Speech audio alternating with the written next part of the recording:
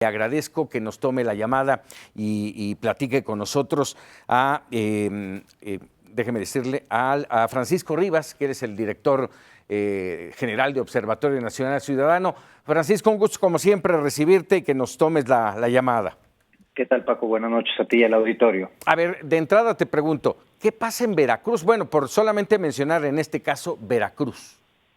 A ver, el caso de Veracruz, antes que nada, pues debemos decir que es lamentable y que como mexicanos debemos tener un mínimo de empatía con las familias, con las personas que en este momento están viviendo pues el drama de este duelo. Dicho esto, pues Veracruz es un estado difícil, es un estado donde el delito común no es tan frecuente. Si nosotros vemos las condiciones de robo, por ejemplo, vamos a encontrar que el robo en Veracruz no es un delito que generalmente en el país es el más frecuente. Ahí no sucede tanto y los niveles de victimización, incluso reportados por el mismo ciudadano, no solo las carpetas de investigación, nos hablan de que están sucediendo menos. Sí. En contraste, Veracruz es un estado en donde periódicamente tenemos brotes de violencia extrema. Recordaremos en tiempos de Felipe Calderón descabezados y colgados en puentes, en el sexenio de Enrique Peña Nieto pues encontraremos desaparecidos, incluso de desaparición forzada, casos de extorsión presencial en donde por ejemplo a una persona la dejaron mutilada con piernas amputadas porque no pagó un derecho de piso, y en esta administración pues ya han dos casos graves que se presentan, como el caso de Minatitlán y ahora el caso de Coatzacoalcos. Veracruz vive un tema principalmente de delincuencia organizada. Esta delincuencia organizada se dedica a varios delitos, entre ellos el secuestro y la extorsión presencial. Y la extorsión presencial en ese estado se ejerce con una violencia extrema. Así es. Yo creo que... dime. Vamos, es un tema de inseguridad en Veracruz, no de hoy ni de hace unos meses, sino de años, de varias administraciones allá en Veracruz. Ya se había alertado sobre esto, no se ha hecho nada.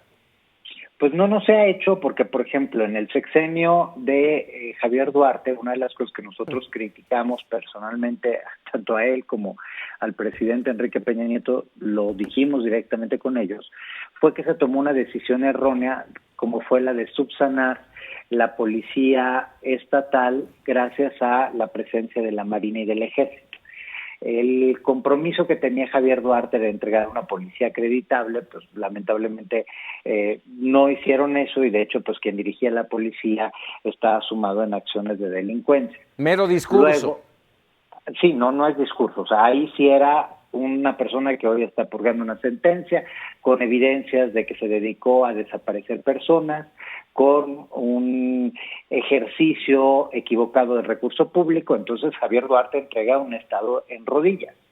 Y eso pues no se ha logrado sustituir. Ahora, esta administración recibe una herencia de sangre, recibe una herencia complicada, pero la complica aún más. La complica aún más porque, pues en palabras de ellos, nosotros se los pedimos hace meses, queríamos revisar con ellos la estrategia de seguridad para Veracruz, y lo que nos contestaron es que no tenían una estrategia de seguridad. Es justo lo que te iba a decir, Francisco. Bueno, pues ¿cuál estrategia si no la hay?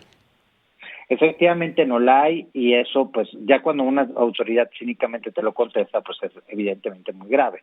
El segundo punto es esta discusión abierta, este pleito abierto que ha tenido la autoridad local con el fiscal. El gobernador se ha enfrascado en una discusión con el fiscal.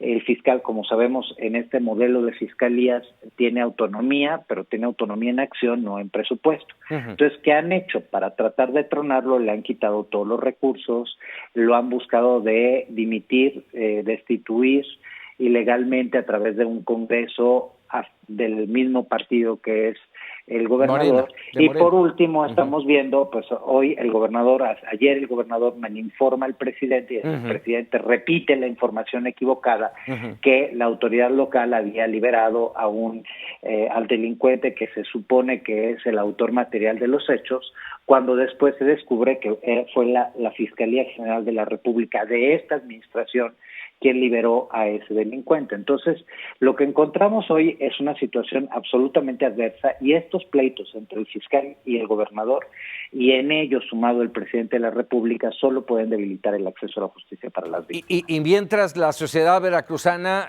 vamos, inmersa en esta crisis de inseguridad y de violencia y con las manos prácticamente atadas, ¿no? Definitivamente, porque, insisto, en la violencia que tenemos en el Estado no es simple y sencillamente la violencia de una persona que puede llegar y generarte una lesión dolosa. Aquí estamos hablando de torturas, estamos hablando de homicidios que son verdaderamente desalmados, no solo en términos de ya la comisión del máximo delito que podemos tener, sino en términos de cómo se va cometiendo y el ejercicio que se hace de publicitar esta información.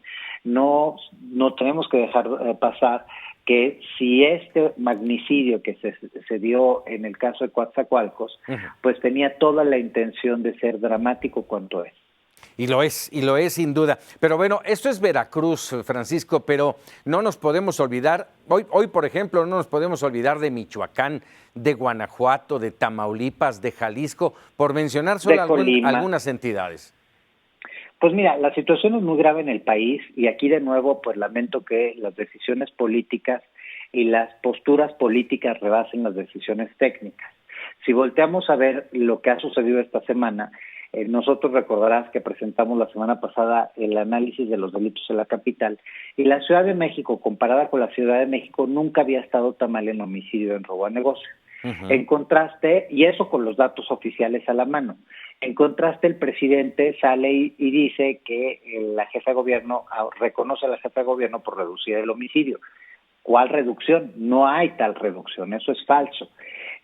Sale a dar un espaldarazo al gobierno estatal de Veracruz y en todo este contexto pues tenemos menos dinero para poder enfrentar los retos que teníamos poco y ahora tenemos aún menos.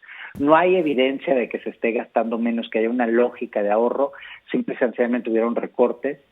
Se asume ingenuamente que las transferencias económicas a ciertos grupos de jóvenes van a reducir la violencia, cosa que no está demostrado. No hay una estrategia definida para el combate a los delitos. Hay contradicciones entre la autoridad sobre qué pretenden hacer para combatir los delitos. Y en medio hubo una erosión muy profunda de las instituciones de seguridad y justicia en la medida en la que han desmantelado Policía Federal y que hoy Guardia Nacional existe nada más en los uniformes y en nombre, pero no hay protocolos de actuación, no hay capacitación, no hay estructura, no hay nada. Entonces, realmente estamos peor de como habíamos estado nunca, porque hoy sí no tenemos con qué enfrentar los retos que significan la delincuencia creciente en nuestro país. Vamos, tema más que pendiente lo que se tiene el gobierno, llámese quien se llame, vamos, esto no es de ahora, es de hace ya mucho tiempo, Francisco, y te preguntaré por último, esta mañana en el Día Internacional de las Víctimas por Desaparición Forzada, ¿qué opinión tiene Observatorio Nacional Ciudadano de las cifras que dieron a conocer? Pues mira, el tema de desapariciones forzadas en nuestro país no es tan grande, pero sí es un problema. En realidad lo que tenemos es un grave problema de desapariciones cometidas por particulares, en donde las capacidades del Estado también ahí se han visto rebasadas.